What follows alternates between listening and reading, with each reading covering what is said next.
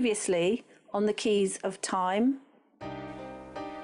We now have the keys that are necessary to start to systematically unveil the Bible's chronology.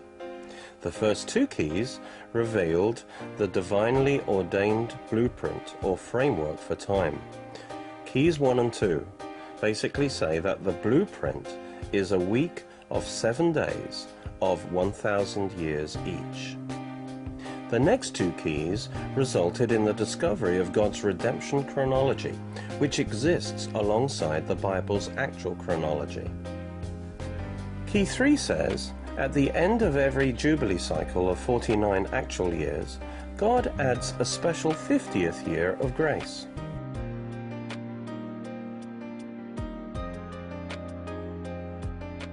Key 4 is the principle of unreckoned time, which says that God does not count times when his people's sin causes his plan of redemption to be suspended. This is convincingly revealed by the 479 completed years recorded in 1 Kings 6:1, which are 131 years short of the actual time. Now, the total times of servitude are also 131 years. So if they are subtracted from the total time, this gives exactly 479 years.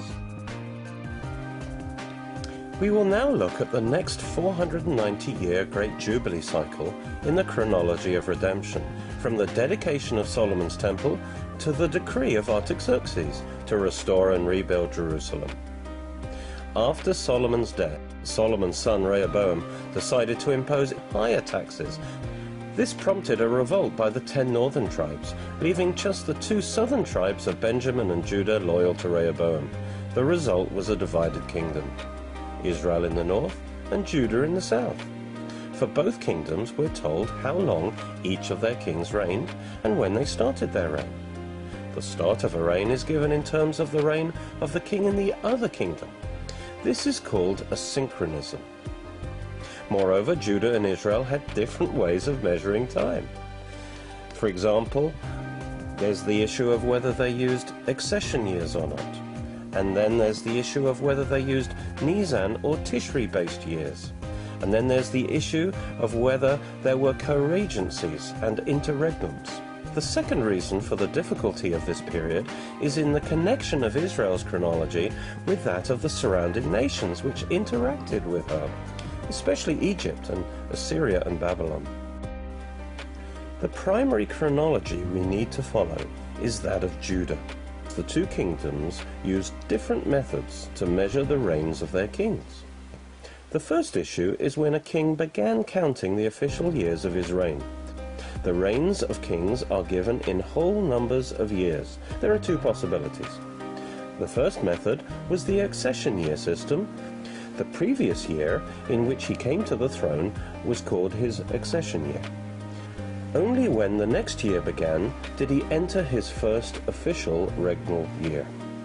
So, the year in which the previous king died was counted to him as a complete year, even though he only ruled for part of it. Now, the second method was the non-accession year system. Here, there is no accession year, but the king counts the year in which he began to reign as his first year, even though he only reigned for part of it. As before, he also counts his final year as a complete year. On the non-accession year system, any transitional years are counted twice. The second issue is which month was used for the start of the official year for a king's reign. Nisan, which is the first month of the calendar year, or Tishri, which is the 7th month of the calendar year.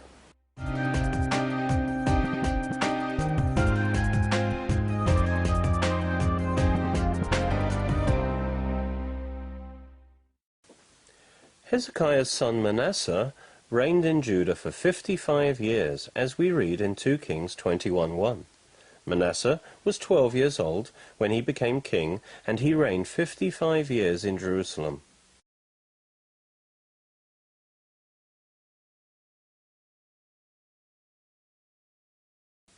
Those who think Hezekiah's 14th year must be in 701 BC are forced to invent a 10-year co-regency between Hezekiah and Manasseh, for which there is no biblical hint or basis. Moreover, this would mean that Hezekiah was not childless when he was sick unto death, in contradiction to Josephus and other Jewish writings, which say this was not so. Also, this would remove a major explanatory feature of the story. 2 Chronicles 33, 2-10 tells us that Manasseh started by doing evil, and so fell back into the idolatry of his grandfather Ahaz. He did evil in the sight of the Lord, according to the abominations of the nations whom the Lord dispossessed before the sons of Israel. For he rebuilt the high places which Hezekiah his father had broken down. He also erected altars for the Baals, and made Asherim, and worshipped all the host of heaven, and served them.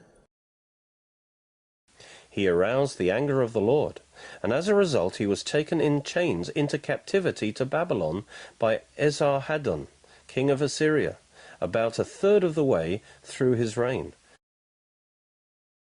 which we read about in 2 Chronicles 33:11. So the Lord brought against them the army commanders of the king of Assyria, who took Manasseh prisoner, put a hook in his nose, bound him with bronze shackles, and took him to Babylon. The severity of Manasseh's captivity brought him to his knees. In his affliction he repented, and prayed to God, who heard him, and restored him to his throne. He was now a believer, as confirmed by 2 Chronicles 33, verses 12 and 13. In his distress he sought the favor of the Lord his God, and humbled himself greatly before the God of his ancestors. And when he had prayed to him, the Lord was moved by his entreaty, and listened to his plea. So he brought him back to Jerusalem and to his kingdom. Then Manasseh knew that the Lord is God. According to 2 Chronicles 33, verses 14 to 20, he was a good king for the rest of his life. He rebuilt the altar of the Lord, and commanded the people of Judah to serve the Lord their God. However, the high places were not removed. Manasseh's reign is also described in 2 Kings 21, verses 1 to 18, which says he was the most evil king ever. This reveals what a trophy of God's mercy and grace he must have been. After his reign of 55 years, which was the longest in the history of Judah, Manasseh died, and was buried in the garden of Uzzah, the garden of his own house, and not in the city of David, as we read in 2 Kings 21, 17 and 18. And Manasseh slept with his fathers, and was buried in the garden of his own house, in the garden of Uzzah. And Amon his son became king in his place. He was succeeded by his son Amon, who quickly removed all the reforms his father had made. A further confirmation that the Bible should be interpreted according to its plain meaning, rather than inventing co-regencies between Ahaz and Hezekiah, and between Hezekiah and Manasseh, is by counting the total number of years between two independently well-established fixed points. These fixed dates are the end of the 6th year of Hezekiah's reign, in which the fall of Samaria took place in 720 BC, and Josiah's death in 609 BC, which was exactly 111 years. According to the straightforward count of the length of their reigns in the Bible, we have 23 years for Hezekiah, plus 55 years for Manasseh, plus 2 years for Amon, plus 31 years for Josiah, which is a total of 111 years. So the invention of co-regencies during this time period is in opposition to the biblical record.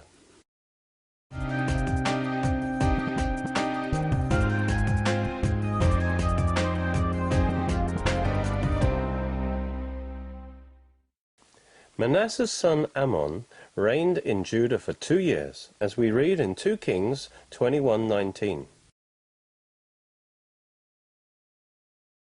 Amon was 22 years old when he became king, and he reigned 2 years in Jerusalem. According to 2 Kings 21:19-26, Amon did evil in the sight of the Lord. He got rid of the reforms that his father had made, and re-established idol worship, but he did not repent as his father had done. He did evil in the sight of the Lord, as Manasseh his father had done. For he walked in all the way that his father had walked, and served the idols that his father had served, and worshipped them.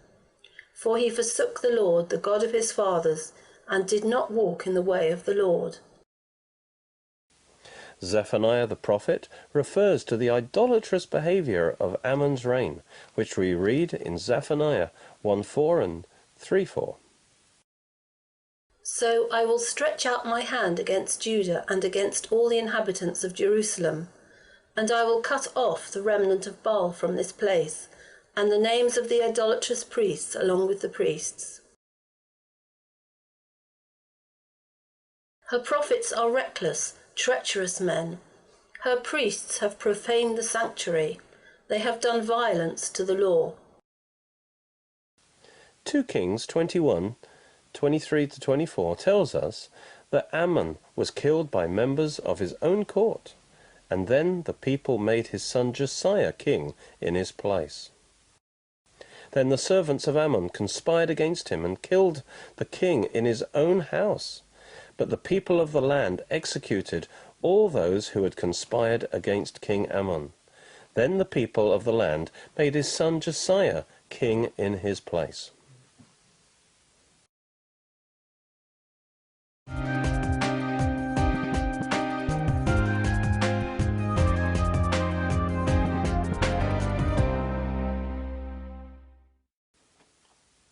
Now we come to the reign of King Josiah of Judah, who reigned for 31 years.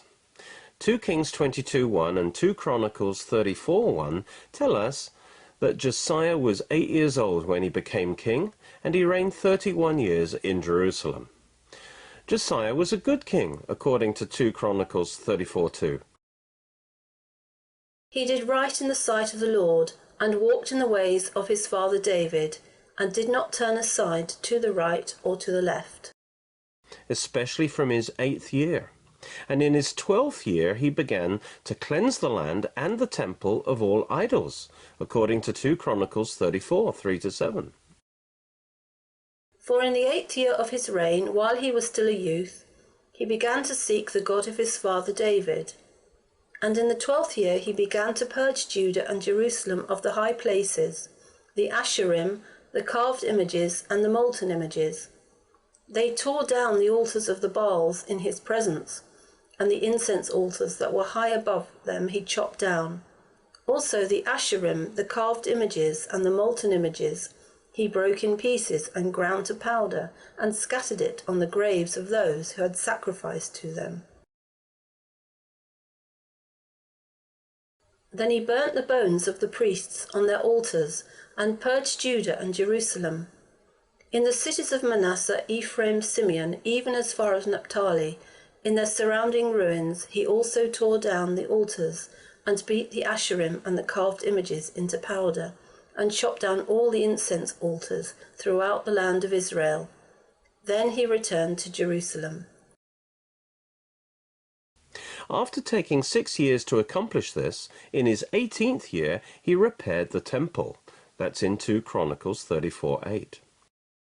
Now in the 18th year of his reign, when he had purged the land and the house, he sent Shaphan the son of Azaliah, and Maaseiah, an official of the city, and Joah the son of Jehoaz, the recorder, to repair the house of the Lord his God.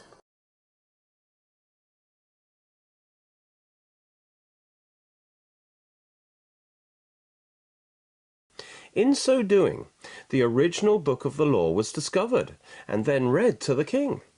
Again, we see that in 2 Chronicles 34, verse 14-18. And the king's conscience as a result was smitten, as he realized how much Israel had sinned. That's in verse 19. When the king heard the words of the law, he tore his clothes. Concerned about the consequences of this sin, he inquired of the Lord, and he was told that judgment was coming by the prophetess.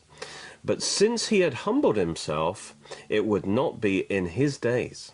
And that's in verses 20 to 28. But to the king of Judah, who sent you to inquire of the Lord, thus you will say to him, Thus says the Lord God of Israel regarding the words which you have heard. Because your heart was tender, and you humbled yourself before God when you heard his words against this place and against its inhabitants, and because you humbled yourself before me, tore your clothes, and wept before me, I truly have heard you, declares the Lord. Behold, I will gather you to your fathers, and you shall be gathered to your grave in peace. So your eyes will not see all the evil which I will bring on this place and on its inhabitants. Josiah confessed the sin of the nation, and he led the nation to renew their covenant with the Lord in verses 29 to 33. Then the king stood in his place and made a covenant before the Lord, to walk after the Lord, and to keep his commandments and his testimonies and his statutes with all his heart and with all his soul, to perform the words of the covenant written in this book. Moreover, he made all who were present in Jerusalem and Benjamin to stand with him. So the inhabitants of Jerusalem did according to the covenant of God, the God of their fathers. His cleansing of the temple and restoration of true worship came to a climax when he kept a great Passover on the 14th of Nisan, as 2 Chronicles 35 describes. Then Josiah celebrated the Passover to the Lord in Jerusalem, and they slaughtered the Passover animals on the 14th day of the first month. He set the priests in their offices and encouraged them in the service of the house of the Lord. He also said to the Levites who taught all Israel and who are holy to the Lord, Put the holy ark in the house which Solomon the son of David, king of Israel, built. It will be a burden on your shoulders no longer. Now serve the Lord your God and his people Israel. Thus the sons of Israel who were present celebrated the Passover at that time, and the feast of unleavened bread 7 days. There had not been celebrated a Passover like it in Israel since the days of Samuel the prophet. Nor had any of the kings of Israel celebrated such a Passover as Josiah did with the priests, the Levites, all Judah and Israel who were present, and the inhabitants of Jerusalem. This was still in his 18th year, according to 2 Chronicles 35, verse 19. In the 18th year of Josiah's reign, this Passover was celebrated. And this proved that it must have been a Tishri-based year. He was one of the best kings of Judah. However, in his time, the political situation was rapidly changing. The Assyrian Empire was fading fast as it struggled against Babylon, the rising power under King Nabopolassar. This transition and the weakening of the old enemy Assyria meant that Israel was left in peace during Josiah's reign, giving him freedom to implement his reforms across Israel, even in the north. The Assyrian capital Nineveh fell to the Babylonians in 612 BC, just as Nahum, the prophet, had prophesied. Though Nineveh was like a pool of water throughout her days, now they are fleeing. Stop, stop, but no one turns back. She is emptied, yes, she is desolate and waste. And so then they moved it to Haran, which then fell in 610 BC. In the 16th year of Nabopolassar. So the capital then moved to Carchemish, their last stronghold. Pharaoh Necho, king of Egypt, was allied with the Assyrian king Ashur-uballit II. In 609 BC, he marched urgently to join with the Assyrians at Carchemish and save them from the Babylonians, attempting to stop the rise of this new superpower. But Josiah, knowing from Isaiah's prophecies that Babylon would be the next major power after the Assyrians, had allied himself with Babylon, and so he went out to intercept Necho, who was en route to Carchemish through the Holy Land. We read in 2 Chronicles 35:20, Necho, king of Egypt, came up to fight at Carchemish by the Euphrates, and Josiah went out against him. But then we read in verse 21 to 25, it says that Josiah, however, was killed in this battle at Megiddo. 2 Kings 23:29 says, "In his days Pharaoh Necho, king of Egypt, went to the aid of the king of Assyria, to the river Euphrates, and King Josiah went against him. And Pharaoh Necho killed him at Megiddo when he confronted him."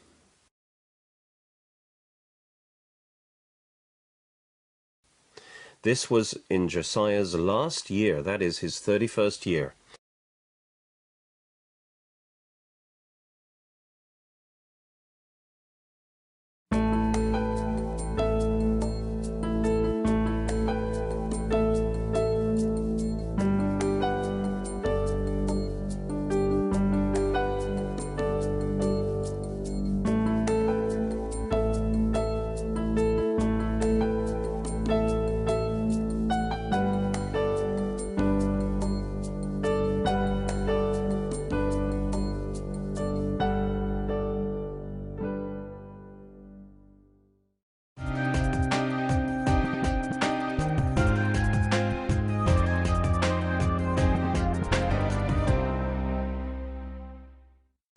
Hello, I'm Derek Walker. I'm the pastor of the Oxford Bible Church. Today I want to introduce you to what I believe is a very special book called The Keys of Time, a revelation of Bible chronology. This book will give you a thorough grounding in the exciting subject of Bible chronology, revealing the keys by which you can unlock the treasure chest of God's Word concerning its revelation of time. And so we start, you see, by looking at the major keys that will unlock this treasure chest, like the fact that all time is based on the creation week, and one day with the Lord is as 1,000 years, and we look into the Jubilee and how that also unlocks how God measures time. And we look at the principle of unreckoned time. And as we see the whole revelation of God in history and time fit together perfectly, we will get out of this, we'll get a revelation of the glory of God as the sovereign Lord of time, the God who is working out his purposes of grace in his perfect time, according to his redemption timetable. So through this book, God will impart to you a rich understanding of the times, giving you a fresh revelation of the special time in which we're now living near the end of the age. And it will prepare you for the momentous events that are just ahead, because we are living in the last days, and we need to understand the times that we're living in. We need to understand God's revelation of time in the Bible.